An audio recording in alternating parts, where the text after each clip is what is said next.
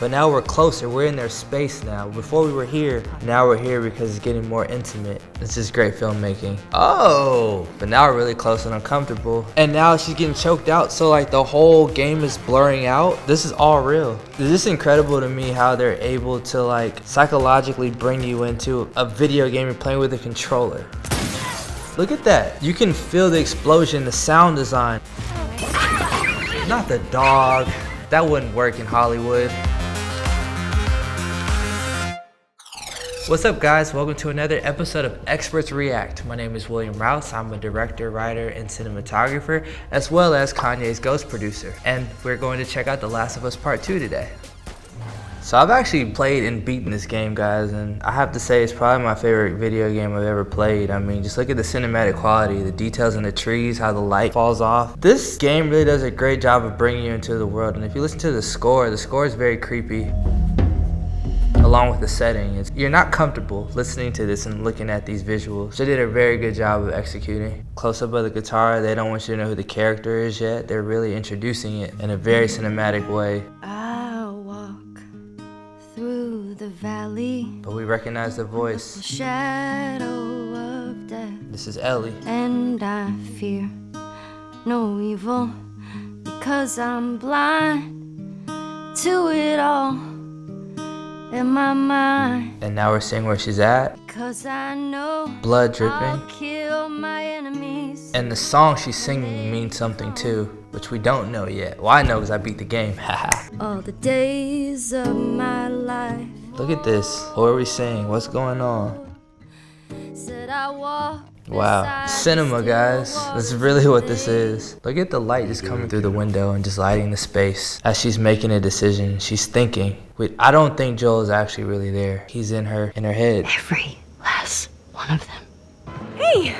Just based off that reaction, when you play the game, you know there's some animosity between Dina and Jesse right here. They don't like each other for some reason, which you'll find out, I'm sure, if you play the game. But there's something here. Oh, there's something here. So this frame in particular right here, first of all, they did an incredible job with the composition, lighting, and lens choice here. You can see in the background, it's very dark, but there's also these string lights that are being hung in the background. Basically, what we're seeing here is what we call depth of field, but the way that the lighting is shaped when it's out of focus is called bokeh. So they did a really good job of separating the foreground from the background without lighting too much in the background because they wanted you to focus on these two characters, but they used the lights in the background to create separation with the bokeh. Incredible job by whoever lit this game. And this two-shot, we are focused on these two characters. This is our world. And the camera is moving. Now it's over the shoulder. We're really getting to see these characters interact. Now we're really seeing Ellie, she's thinking. There's a lot going on in this one shot. And this is cinema, guys. They're really building a scene. Every guy in this room is staring at you right now.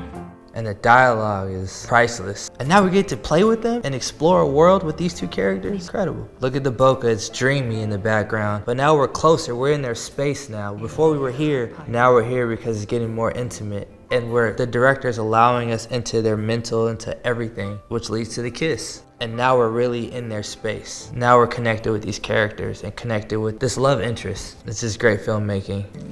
Oh, but now we're really close and uncomfortable as she's killing us. Is that a zombie or a human? Like it was a human. Wow. See these people approaching, and the lighting is motivating your eyes because it's dark. The lighting is motivating where we want to look, and I'm guessing that these are her antagonists that she's trying to sneak up on and kill. But the video game developers and designers are doing a great job of controlling your eyesight and where to look by lighting a certain way. Look how the light's hitting the water too, and it's bouncing off the ground to create more light. But you're also being silhouetted by the moon in the background by other people, and now they're making you hate these characters even more because they're showing inhumane practice of this man just ripping this man's guts out while he's alive, creating more disdain for these antagonists that gives you more of the urge to want to kill them. That's great writing, that's great storytelling, because now you've empathized with our main character Ellie in the beginning, you fall in love with her, and now you see this visceral, inhumane act that Ellie has to handle, makes you want to do it. It's all psychological, guys.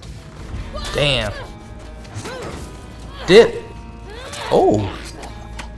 Damn, look at this game design, man. The production design. These broken down cars, dilapidated streets, vegetation has overgrown the city. All of this is adding to the story. All of this is thought about. All of this has been hours on this. Look how the grass is moving. They put these buses here and these obstacles that aren't just for the game, but they're for the environment. The setting is the biggest location. But not the kneecap, not the kneecap. Ooh, wow, woo! And now she's getting choked out, so like the whole game is blurring out. That's real life. This is all real. It's just incredible to me how they're able to like psychologically bring you into a video game you're playing with a controller.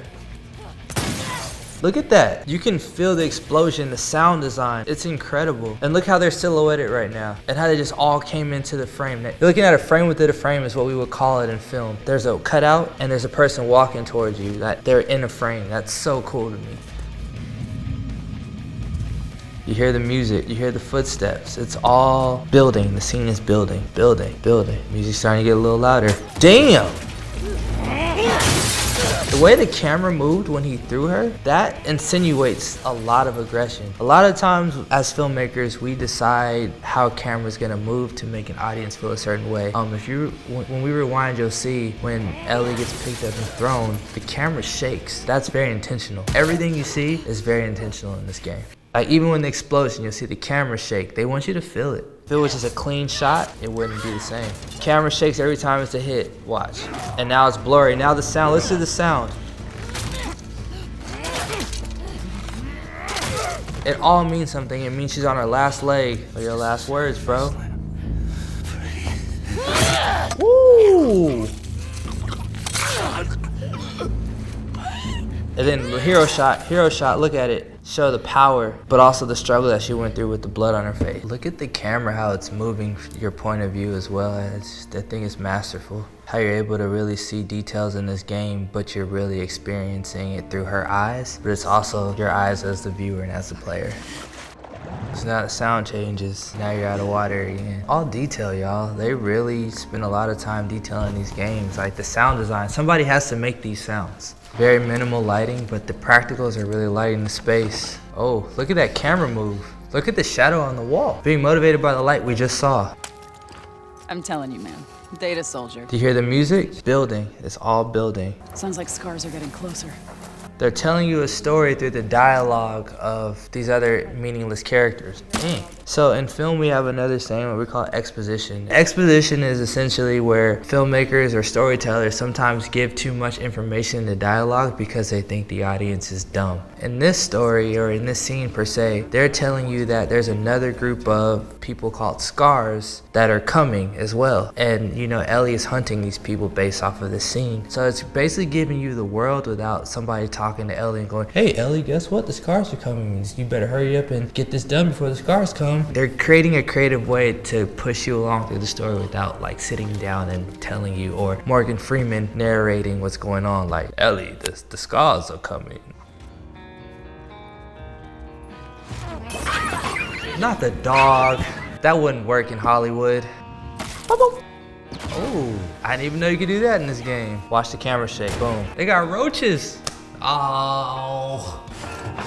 Maybe if you put some more guards, Abby would still be herself. The dialogue is still continuing to happen to push the story without sitting Ellie down or a narrator. It's still constantly going. Great game visually. Story-wise, it's incredible the way that they bring you into the space. Dialogue-wise, it's incredible. Writing's incredible. This has been another episode of Experts React. My name is William Rouse. You can follow me on Instagram at William E. Rouse. And for more, check out Gamology on YouTube or Facebook. My name is William Rouse. You can follow me on Instagram at William E. Rouse. And cut. And that's a director voice. And that's a wrap. Hire me for The Last of Us Part 3, guys.